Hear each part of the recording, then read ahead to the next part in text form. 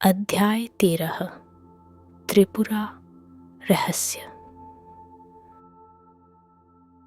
तुम्हारा जागृत जीवन वास्तविक लगता है, ठीक वैसे ही जैसे तुम्हारे स्वप्न लगते हैं। अध्याय 12 के अंत में महासेन भीतर तक हिल गया था। उसने एक पहाड़ी में प्रवेश किया और एक योगी की इच्छा से निर्मित एक संपूर्ण ब्रह्मांड का अनुभव किया। उसने उस जगत में समय के भिन्न प्रवाह को देखा। अंदर का एक दिन बाहर के 12,000 वर्षों के बराबर था। जब वह लौटा तो उसने पाया कि उसकी अपनी दुनिया पहचान से परे बदल चुकी है।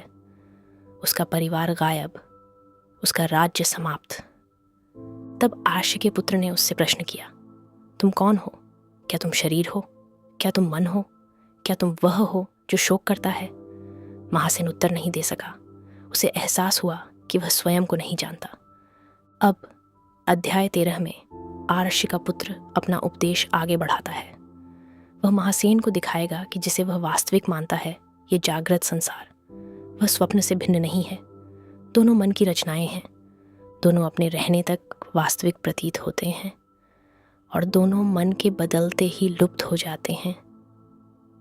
यही वह उपदेश है जो महासेन को उसके शोक से मुक्त करने की शुरुआत करेगा, और यही वह शिक्षा है जो परशुराम को एक ठोस स्वतंत्र जगत के भ्रम को भेदने में सहायता देगी। पहाड़ी के बाहर आर्ष्य का पुत्र और महासेन वहीं खड़े हैं जहां वे पहली बार प्रवेश किए थे।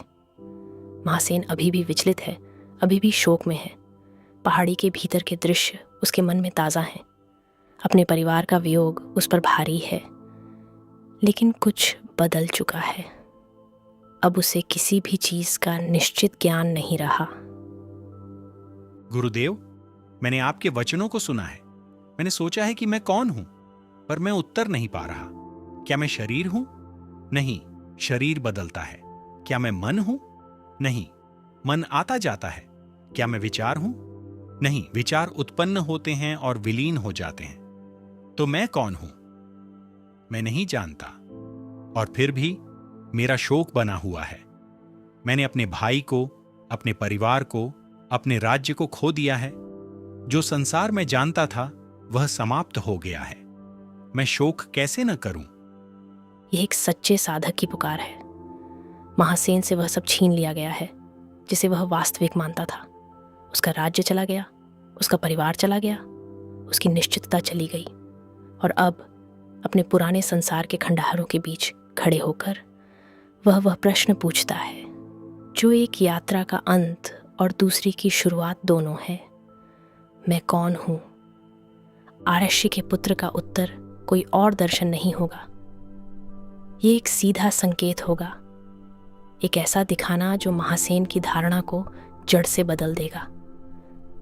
राजन, ध्यान से सुनो। मैं तुम्हें कुछ दिखाऊंगा।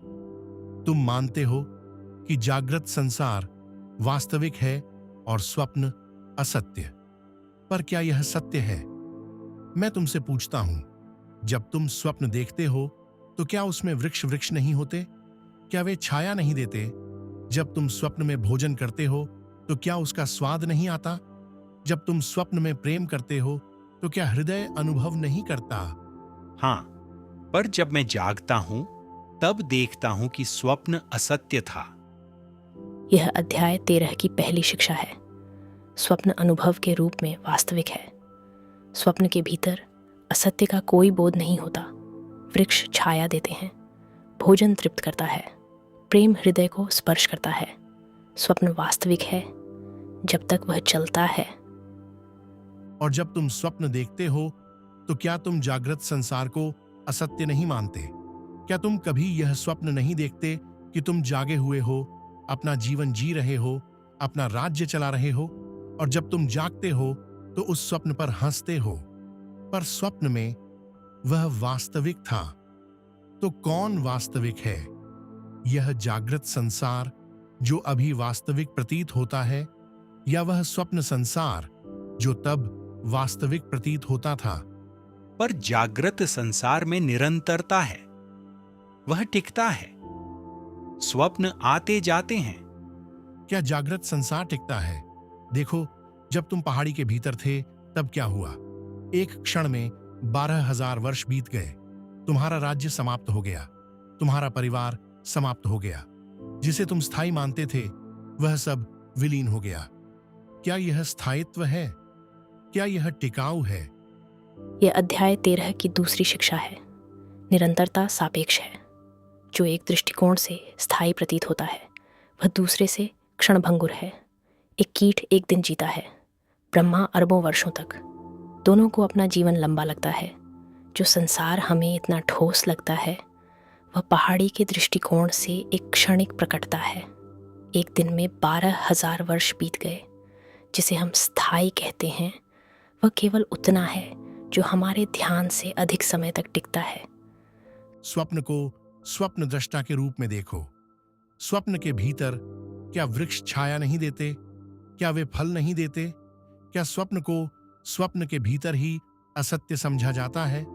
नहीं, स्वप्न में वह वास्तविक होता है। केवल जागने पर तुम उसे असत्य कहते हो। पर जब मैं जागता हूं तो देखता हूं कि स्वप्न असत्य था। मैं देखता हूं कि जागृत संसार वास्तविक है। और जब तुम स्वप्न देखते हो तो तुम जागृत संसार को असत्य मानते हो। तो कौन सा दृष्टिकोण सत्य है, जो अभी तुम्हारे पास है या जो तुम्हारे पास स्वप्न में था? तुम कहते हो कि जागृत संसार में निरंतरता है, पर क्या स्वप्नों में निरंतरता नहीं होती? क्या तुम्हें ऐसे स्वप्न नहीं आते जो रात दर रात चलते रहते हैं? क्या तुम्हें ऐसे स्वप्न नहीं आते जो पूर्व स्वप्नों को स्मरण करते हैं? तुम कहते हो कि जागृत संसार स्थायी है, पर क्या यह वास्तव में स्थायी है? पर्वत, समुद्र, पृथ्वी स्वयं, क्या वे स्थायी हैं? पर्वत क्षीण होते हैं, नदियां अपना मार्ग बदलती हैं, महाद्वीप खिसकते हैं, सभ्यताएं उठती और गिरती हैं। कुछ भी स्थायी नहीं है। तुम कहते हो कि स्वप्न क्षणिक है, पर क्या जागृत संसार भी उतना ही क्षणिक नहीं है? प्रत्येक क्षण सब कुछ बदल रहा है। शरीर बदलता है, विचार बदलते हैं, संसार बदलता है। दो लगातार क्षणों तक भी कुछ एक जैसा नहीं रहता। यह अध्याय 13 की तीसरी शिक्षा है। जागृत और स्वप्न में अंतर स्वभाव का अंतर नहीं है। दोनों अनुभवों की श्रृंखलाएं हैं। दोनों अपने रहने तक वास्तविक प्रतीत होते हैं। दोनों अवस्था बदलते ही लुप्त हो जाते हैं। अंतर केवल अवधि का है, और वह भी समय की सापेक्षता को समझने पर समाप्त हो जाता है। गहरी नींद पर विचार करो। जब तुम गहरी नींद में होते हो तो जागृत संसार लुप्त हो जाता है, स्वप्न संसार भी लुप्त हो जाता है, सब कुछ समाप्त हो जाता है। और जब तुम जागते हो तो सब फिर से प्रकट हो जाता है। नींद में यह संसार कहाँ चला जाता है? क्या वह अस्तित्वहीन हो जाता है या केवल तुम्हारे लिए प्रकट होना बंद कर देता है? यदि संसार वास्तव में वास्तविक होता तो क्या वह नींद में भी उपस्थित न रहता? पर ऐसा नहीं है। वह आता है और चला जाता है। वह जागने पर प्रकट होता है और सोने पर लुप्त हो जाता है। जो आता जाता है वह वास्तविक नहीं है। जो प्रकट होता है और विलीन हो जाता है वह वास्तविक नहीं है। केवल वही वास्तविक है जो सदा उपस्थित रहता है। यह अध्याय 13 की चौथी शिक्षा है। वास्तविकता वही है जो न आती है न जाती है। संसार आता जाता है। वह जागृत अवस्था में प्रकट होता है और नींद में लुप्त हो जाता है। इसलिए संसार परम वास्तविक नहीं है। परंतु चेतना न आती है न जाती है। वह जागृत में भी है, स्वप्न में भी और गहरी नींद में भी। वही स्थिर तत्व है। वही एकमात्र वास्तविकता है। मैं तुमसे फिर पूछता हूं, कल रात के स्वप्न में क्या तुम्हारे पास शरीर नहीं था? क्या तुम्हारे पास इंद्रियां नहीं थीं? क्या तुमने देखा, सुना, छुआ, स्वाद लिया? क्या तुम्हारे पास मन नहीं था? क्या तुमने सोचा, महसूस किया, इच्छा की? क्या तुम्हारे पास एक संसार नहीं था? क्या वहां पर्वत, नदियां, नगर, लोग नहीं थे? और फिर भी जब तुम जागे वह सब गायब हो गया। वह कहाँ गया? वह कभी था ही नहीं। वह तुम्हारे मन की रचना था।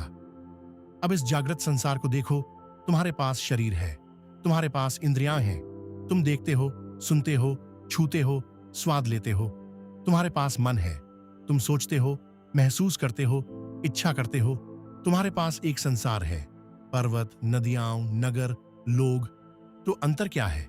केवल इतना कि एक को जागृत कहा जाता है और दूसरे को स्वप्न। पर उनके स्वभाव में कोई अंतर नहीं है। दोनों चेतना में प्रकट होते हैं, दोनों मन से बने हैं और दोनों चेतना के बदलते ही लुप्त हो जाते हैं। यह अध्याय 13 की 5वीं शिक्षा है। अनुभव की संरचना जागृत और स्वप्न दोनों में समान है। शरीर, इंद्रियां, मन, संसार सब दोनों अवस्थाओं में उपस्थित हैं। अंतर केवल नाम का है, पर नाम स्वभाव को नहीं बदलता। दोनों चेतना में प्रकट होने वाले दृश्य हैं, दोनों मन की रचनाएं हैं। पर गुरुदेव, जागृत संसार स्वप्न जैसा नहीं है। स्वप्न में मैं संसार बनाता हूं, जागृत में संसार स्वतंत्र है। वह मेरे सोचने या न सोचने से अलग भी मौजूद रहता है। यह उस मन का प्रतिरोध है जिसने अभी पूर्णतः नहीं देखा है। महासेन एक स्वतंत्र संसार की धारणा को पकड़े हुए है, एक ऐसा संसार जो चेतना से बाहर अस्तित्व रखता है, जो तब भी रहेगा जब कोई उसे देखे नहीं। आर्षि का पुत्र इस धारणा को अत्यंत सूक्ष्मता से तोड़ता है। क्या सच में ऐसा है? जब तुम सोते हो, क्या संसार चलता रहता है? तुम कहते हो हाँ, क्योंकि दूसरे जाग रहे होते हैं। पर जब तुम अकेले हो, जब कोई भी किसी वस्तु को अनुभव नहीं कर रहा, क्या वह तब भी अस्तित्व में है? एक वन में खड़े वृक्ष पर विचार करो। यदि कोई उसे न देखे, न सुने, न छुए, तो क्या वह अस्तित्व में है? तुम कैसे जानोगे? तुम्हारा ज्ञान तुम्हारी अनुभूति पर निर्भर है। यदि अनुभूति नहीं है, तो तुम यह नहीं कह सकते कि वह अस्तित्व में है। पर दूसरे लोग उसे देखते हैं। भले मैं न देखूं, पर वे देखते हैं। और उनकी अनुभूति भी चेतना में ही है। उनका संसार भी एक प्रकटता है। तुम चेतना से बाहर नहीं जा सकते। जो कुछ तुम जानते हो, जो कुछ तुम अनुभव करते हो, जो कुछ तुम कल्पना कर सकते हो, सब कुछ चेतना में ही प्रकट होता है। चेतना के बाहर कोई संसार नहीं है। केवल चेतना है जो संसार के रूप में प्रकट होती है। यह अध्याय 13 की 6ठी शिक्षा है। चेतना के बाहर कोई संसार नहीं है। एक स्वतंत्र संसार का विचार जो अनुभव से परे भी अस्तित्व में हो, केवल एक धारणा है, तथ्य नहीं। संसार के बारे में जो कुछ हम जानते हैं वह चेतना के माध्यम से ही है। हमें चेतना के बाहर किसी संसार तक पहुंच नहीं है, और ऐसे संसार की कल्पना अनावश्यक है। केवल चेतना ही पर्याप्त है। तुमने यह स्वयं देखा है। तुम पहाड़ी में प्रवेश किए, तुमने उसके भीतर एक संसार देखा। क्या वह संसार वास्तविक था या अवास्तविक? जब मैं उसमें था, वह वास्तविक लगता था, पर अब बाहर आकर वह स्वप्न जैसा लगता है। ठीक वैसा ही। और यह संसार जिसमें तुम अभी हो, क्या यह उससे अलग है? एक दिन तुम इसे भी छोड़ दोगे, जैसे तुमने उस पहाड़ी को छोड़ा, और तब यह भी स्वप्न जैसा लगेगा। अंतर केवल उस इच्छा शक्ति की तीव्रता का है जो उन्हें रचती है। पहाड़ी का संसार एक योगी की इच्छा से बना था। यह संसार परम सत्ता की इच्छा से बना है। एक एक दिन तक रहता है, दूसरा अधिक समय तक, पर दोनों ही इच्छा की रचनाएं हैं। दोनों चेतना में प्रकट होते हैं। दोनों अपने स्वभाव में समान हैं। यह अध्याय 13 की 7वीं शिक्षा है। संसारों में अंतर केवल उन्हें रचने वाली इच्छा शक्ति की तीव्रता का है। पहाड़ी का संसार उसके अनुभवकर्ताओं के लिए वास्तविक था। यह संसार हमारे लिए वास्तविक है। अंतर प्रकार में नहीं, अवधि में है, और अवधि सापेक्ष है। तुम इस संसार को स्थायी मानते हो क्योंकि तुम इसमें कई वर्षों से हो। पर विचार करो, एक कीट एक दिन जीता है, उसे उसका जीवन लंबा लगता है। एक मनुष्य 100 वर्ष जीता है, उसे उसका जीवन लंबा लगता है। ब्रह्मा अरबों वर्ष जीते हैं, उन्हें उनका जीवन लंबा लगता है। लंबाई सापेक्ष है। जो एक के लिए स्थायी है, दूसरे के लिए क्षणिक है। तो वास्तव में स्थायी क्या है? केवल वही जो नहीं बदलता, जो आता जाता नहीं, जो प्रकट और लुप्त नहीं होता, केवल चेतना स्वयं, केवल आत्मा। यह अध्याय 13 की 8वीं शिक्षा है। स्थायित्व सापेक्ष है, केवल चेतना ही परम है। कीट अपने एक दिन को लंबा मानता है, ब्रह्मा अपने युगों को लंबा मानते हैं। दोनों अपने दृष्टिकोण से सही हैं, पर आत्मा के दृष्टिकोण से दोनों ही क्षणिक हैं। केवल जागरूकता ही है जो कभी नहीं आती और न जाती। गुरुदेव, अब मैं समझने लगा हूं। जिस संसार को मैं ठोस, वास्तविक और स्वतंत्र मानता था, वह ऐसा नहीं है। वह स्वप्न की तरह है। वह प्रकट होता है और विलीन हो जाता है। वह इच्छा से उत्पन्न होता है, इच्छा से बना रहता है और इच्छा से ही समाप्त हो जाता है। और जिनके लिए मैं शोक कर रहा हूं, मेरा भाई, मेरा परिवार, मेरा राज्य, वे भी प्रकटताएं ही थे। वे आए और चले गए। वे कभी भी अंतिम सत्य नहीं थे। यह मोड़ का क्षण है। महासेन ने देख लिया है। ठोस संसार विलीन हो गया है। स्वतंत्र वास्तविकता को एक प्रकटता के रूप में पहचान लिया गया है। जो शोक उसे जकड़े हुए था, वह ढीला पड़ने लगा है। हाँ, अब तुम देखना प्रारंभ कर रहे हो। तुम शोक क्यों करते हो? क्योंकि तुमने सोचा कि तुम्हारा भाई वास्तविक था, क्योंकि तुमने सोचा कि वह तुमसे अलग था, क्योंकि तुमने सोचा कि तुमने उसे खो दिया। पर यदि वह कभी अंतिम रूप से वास्तविक था ही नहीं, तो तुमने क्या खोया? यदि वह तुमसे अलग कभी था ही नहीं, तो तुमने क्या खोया? यदि वह चेतना में एक प्रकटता था और तुम स्वयं चेतना हो, तो तुमने क्या खोया? पर मैं हानि को महसूस करता हूं। शोक वास्तविक है। शोक अनुभव के रूप में वास्तविक है, पर शोक का अनुभव क्या है? वह एक विचार है, एक भावना है जो चेतना में प्रकट होती है। वह आता है और चला जाता है। वह तुम नहीं हो, तुम शोक नहीं हो। तुम वह हो जिसमें शोक प्रकट होता है। तुम हानि नहीं हो, तुम वह हो जिसमें हानि प्रकट होती है। तुम दुखी होने वाले नहीं हो, तुम वह जागरूकता हो जिसमें दुख प्रकट होता है। जब तुम इसे जान लेते हो, तब शोक अपनी शक्ति खो देता है। वह उठ सकता है पर तुम्हें स्पर्श नहीं करता। वह आकाश में गुजरते बादल के समान है। आकाश अप्रभावित रहता है। तुम वही आकाश हो। यह अध्याय 13 की 9वीं शिक्षा है। जब तुम शोक को एक प्रकटता के रूप में देखते हो, तब वह अपनी शक्ति खो देता है। उसे नकारने से नहीं, उसे दबाने से नहीं, बल्कि उसे स्पष्ट रूप से देखने से। शोक जागरूकता के आकाश में गुजरते हुए एक बादल के समान है। आकाश को कोई हानि नहीं होती। आकाश बना रहता है। तुम वही आकाश हो। अब राजन, मैं तुम्हें एक अभ्यास देता हूं। जब भी तुम्हें शोक महसूस हो, जब भी तुम्हें हानि का अनुभव हो, जब भी तुम्हें भय लगे, अपने आप से पूछो, कौन शोक कर रहा है? किसने खोया है? कौन भयभीत है? और उत्तर दो, मैं जागरूकता हूं। शोक मुझ में प्रकट हो रहा है, हानि मुझ में प्रकट हो रही है, भय मुझ में प्रकट हो रहा है। मैं ये नहीं हूं, मैं वह हूं जिसमें ये प्रकट होते हैं। इसे बार बार करो।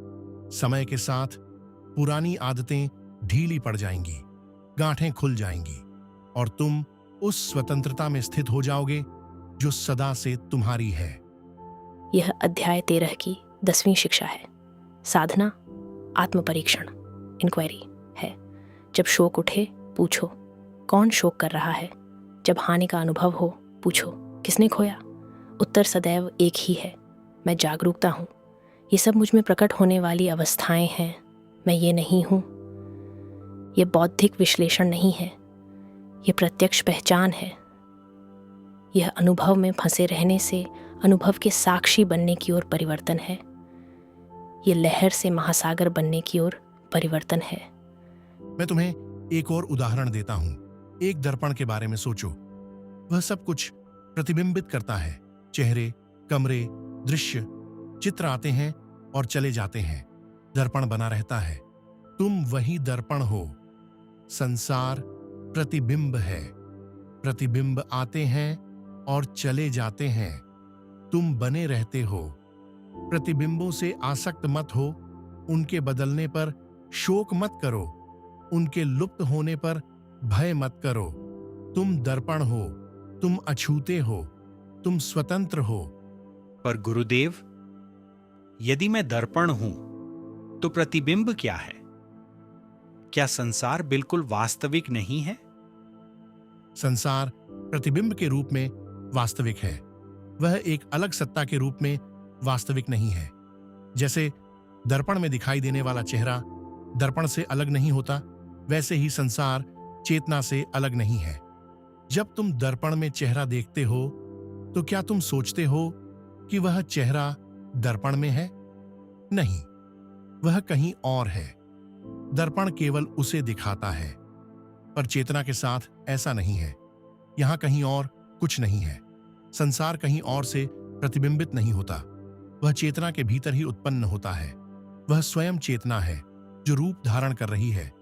इसलिए संसार वास्तविक है, पर चेतना के रूप में। वह चेतना से अलग किसी वस्तु के रूप में वास्तविक नहीं है। वह आत्मा ही है जो संसार के रूप में प्रकट हो रही है। यह अध्याय 13 की 11वीं शिक्षा है। संसार चेतना के रूप में वास्तविक है। दर्पण वास्तविक है, उसमें दिखाई देने वाले चित्र भी प्रकटता के रूप में वास्तविक हैं, पर वे अलग सत्ता के रूप में वास्तविक नहीं हैं। उसी प्रकार चेतना वास्तविक है। संसार चेतना में प्रकट होने वाला है। वह चेतना से अलग नहीं है, वह आत्मा ही है जो रूप में प्रकट हो रही है। गुरुदेव, अब मैं समझने लगा हूं। मेरा भाई मुझसे अलग नहीं था, वह चेतना में एक प्रकटता था और चेतना ही मैं हूं। इसलिए उसे खोकर मैंने कुछ भी नहीं खोया। मैं एक प्रकटता के लिए शोक कर रहा था, और स्वयं शोक भी एक प्रकटता है। वह आता है और चला जाता है, वह मैं नहीं हूं। हाँ, अब तुम देख रहे हो, अब तुम जागने लगे हो। शोक अभी भी उठ सकता है, हानि का भाव अभी भी आ सकता है, पर तुम उनमें फंसोगे नहीं। तुम उन्हें आकाश में गुजरते बादलों की तरह देखोगे। तुम आकाश बने रहोगे। यही स्वतंत्रता है। यही वह अवस्था है जिसे आर्षी लोग जीवन मुक्ति कहते हैं, जीते जी मुक्ति। एक और बात, राजन, तुमने देखा कि जागृत संसार स्वप्न के समान है, पर यह भूल मत करना कि क्योंकि यह स्वप्न जैसा है, इसलिए यह कुछ भी नहीं है। यह चेतना है। जब तुम स्वप्न देखते हो, स्वप्न अनुभव के रूप में वास्तविक होता है। जागने पर तुम देखते हो कि वह अलग वास्तविकता के रूप में सत्य नहीं था। इसी प्रकार जब तुम संसार के स्वप्न से जागोगे, तब तुम देखोगे कि संसार चेतना के रूप में वास्तविक है, पर चेतना से अलग किसी वस्तु के रूप में नहीं। यही सत्य है। यही आशियों की शिक्षा है।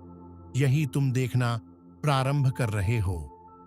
यह अध्याय 13 की 12वीं शिक्षा है। संसार एक स्वप्न है, पर चेतना से बना हुआ स्वप्न। यह शून्य नहीं है, यह अस्तित्वहीन नहीं है। स्वप्न अनुभव के रूप में वास्तविक होता है, पर अलग वास्तविकता के रूप में नहीं।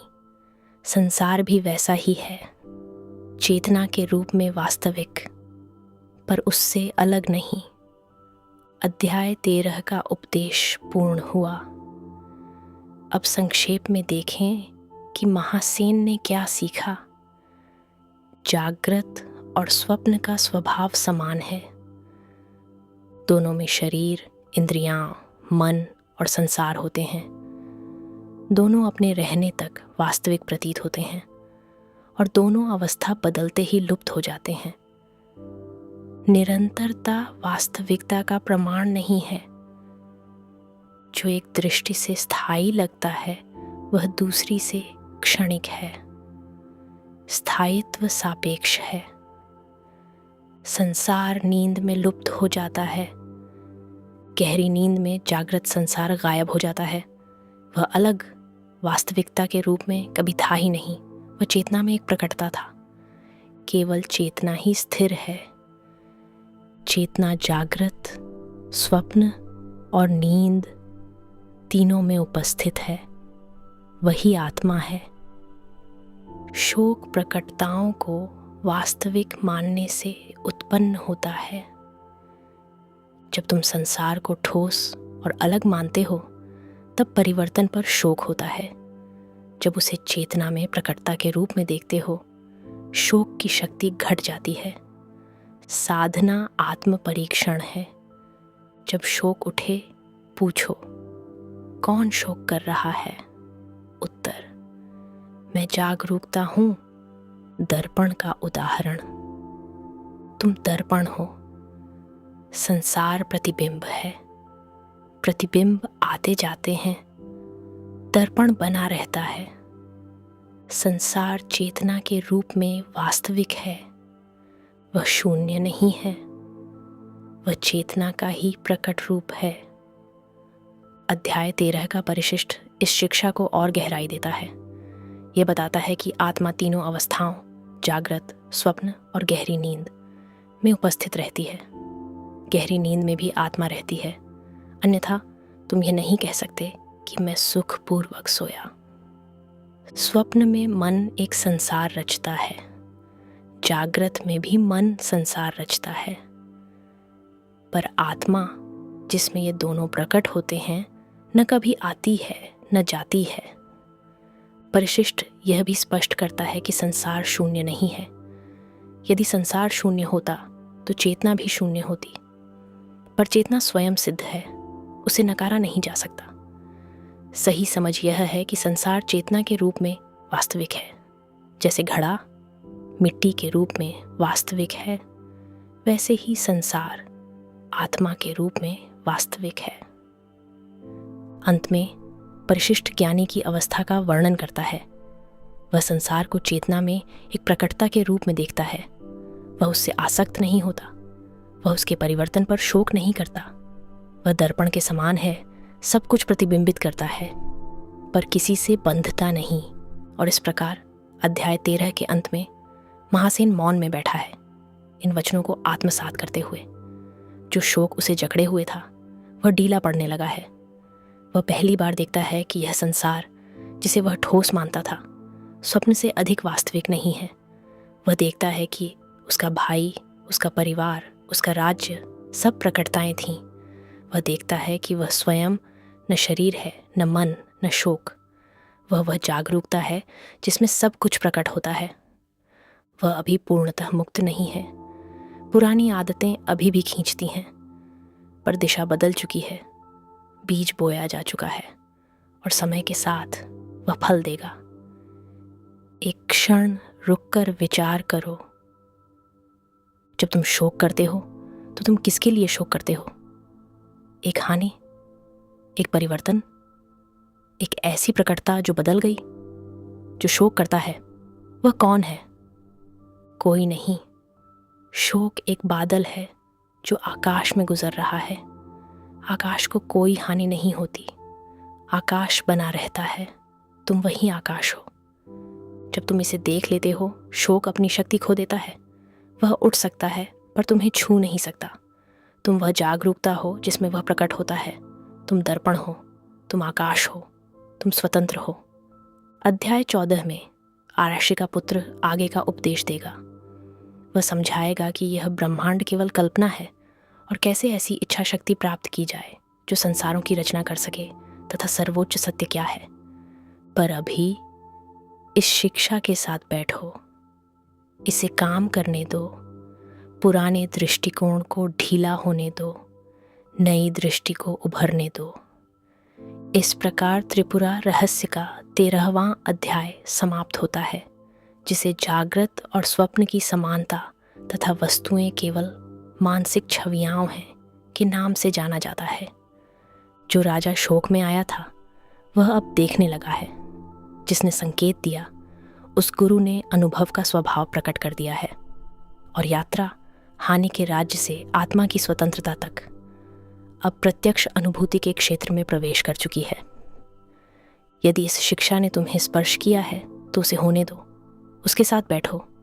शोक जो तुम ढो रहे हो वह एक बादल है। जो हानि तुम महसूस करते हो वह एक प्रकटता है। तुम न बादल हो न वह प्रकटता, तुम आकाश हो, तुम दर्पण हो। तुम वही हो जो सबके आने जाने पर भी बना रहता है। धन्यवाद। शोक ढीला पड़े, आत्मा प्रकाशित हो, तुम उसी में विश्राम करो जो सदा से है, शांति।